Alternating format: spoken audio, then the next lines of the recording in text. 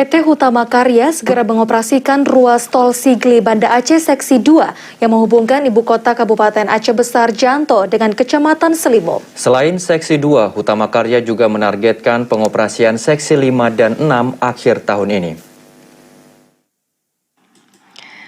Hingga kini pengerjaan konstruksi ruas jalan sepanjang 8 km yang menghubungkan Janto menuju Kecamatan Selimum terus dikebut PT Hutama Karya.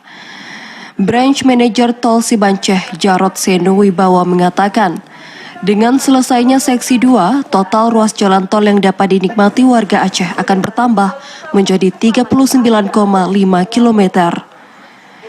Jumlah tersebut merupakan penggabungan ruas tol Seksi 3 dan 4 yang menghubungkan Janto Indrapuri dan Indrapuri Blang Bintang dengan total 29,5 km. Adapun untuk Seksi 5 dan 6 yang menghubungkan Blang Bintang, Kuta Baru, serta Baitussalam ditargetkan selesai akhir tahun ini. Kita sudah operasikan 2 seksi, seksi 3 dan 4. Seksi 3 itu dari Janto, Indrapuri, seksi 4 dari Indrapuri ke Blang Bintang. Total yang kita operasikan itu 29,5 km. Untuk yang ke depan itu mungkin yang paling dekat di Seksi 2. Seksi 2 itu dari Selimum ke Janto, panjangnya 8 km. Itu yang segera kita operasikan, masih dalam proses konstruksi.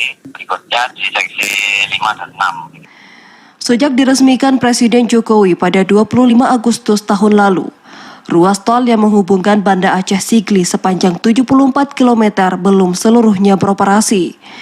Pengoperasiannya diharap mampu menekan biaya operasional seiring semakin cepatnya jarak tempuh antar kabupaten kota di Aceh maupun Aceh dengan provinsi lainnya.